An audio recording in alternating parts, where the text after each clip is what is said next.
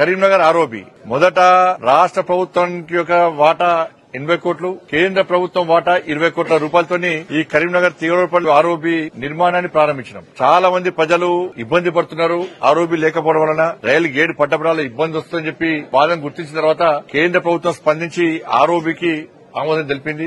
20 కోట్ల రూపాయలను వెంటనే విడుదల చేయడం జరిగింది. దురదృష్టవశాత్తు అప్పుడున్న ప్రభుత్వం వాళ్ళు ఇవ్వాల్సినటువంటి 80 కోట్ల రూపాయలను ఇవ్వకపోవడం వలన ఆ పనులు మొత్తం ఆర్ఓబి మొత్తం పెండింగ్ లో ఉండే. ఇటువంటి పరిస్థితుల్లో ప్రజలు పడుతున్న ఇబ్బంది దృష్టిలో ఉంచుకొని కేంద్ర ప్రభుత్వం సేతు బంధన్ స్కీమ్ ను కొత్తగా ప్రారంభించింది. కాబట్టి ఈ సేతు బంధన్ స్కీమ్ యొక్క ముఖ్య ఉద్దేశం ఏంటంటే పూర్తి 100% నిధులు కేంద్ర ప్రభుత్వమే విడుదల చేస్తుంది. కాబట్టి అప్పుడు మంత్రి గారిని నితిన్ గడ్కరీ గారిని రిక్వెస్ట్ చేసిన తర్వాత రాష్ట్ర ప్రభుత్వం సహకరిస్తలేదు, రాష్ట్ర ప్రభుత్వం ఇవ్వాల్సినటువంటి వాటా ఇస్తలేదు. కాబట్టి ప్రజలు ఇబ్బందులు తెలిపిన తర్వాత వారు దానికి అంగీకరించి కరీంనగర్ తీవ్రపల్లి అని చెప్పి ఆర్ఓబి కూడా సేతు బంధన్ స్కీమ్ లో యాడ్ చేయడం వలన 154 కోట్ల రూపాయలు కేంద్రమే 100% నిధులు విడుదల చేసింది. అందుకే పనులు నడుస్తా ఉన్నాయి. ఇక్కడ ఇబ్బంది గానీ కొత్తపల్లి మనోహరాబాద్ లైన్ లేట్ కావడానికి ఇబ్బంది ఏంటంటే ల్యాండ్ ఎక్వేషన్ భూ సేకరణ విషయంలో చాలా ఇబ్బందులు రావడం వలన దానికి రాష్ట్ర ప్రభుత్వం సహకరించకపోవడం వలన ఏ ప్రభుత్వం ఉన్నా సహకరించకపోవడం వలన ఇబ్బందులు వస్తా ఉన్నాయి. కానీ ఎందుకు లేట్ అవుతుంది ఇంకా పనులు అయితే లేవు అని చెప్తుంటే రాష్ట్ర ప్రభుత్వాలు సహకరించాలి. కేంద్ర ప్రభుత్వం చేసే అభివృద్ది పనులకు రాష్ట్ర ప్రభుత్వాలు సహకరిస్తే పనులు చక్కచక్క సాగితే ప్రజలకు ఇబ్బందులు గురగారు. కానీ భూ సేకరణ విషయంలో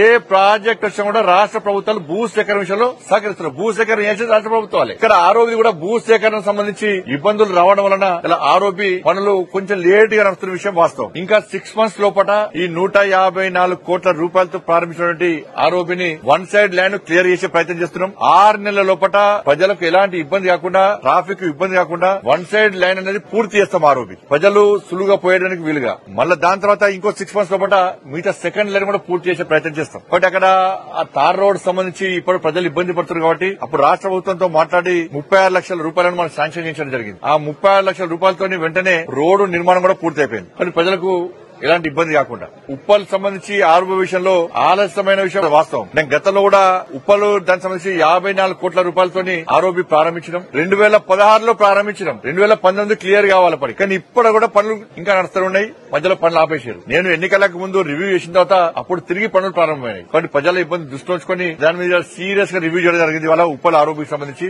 అధికారులను కూడా ఆదేశించడం జరిగింది. 54 కోట్లతో ఉన్నటువంటి ఉప్పల్ ఆర్ఓబిని కూడా పూర్తి చేస్తామని చెప్పి అధికారులు హామీ ఇవ్వడం జరిగింది. కాబట్టి 6 నెలల లోపల ఉప్పల్ ఆర్ఓబి కూడా పూర్తి చేస్తాం.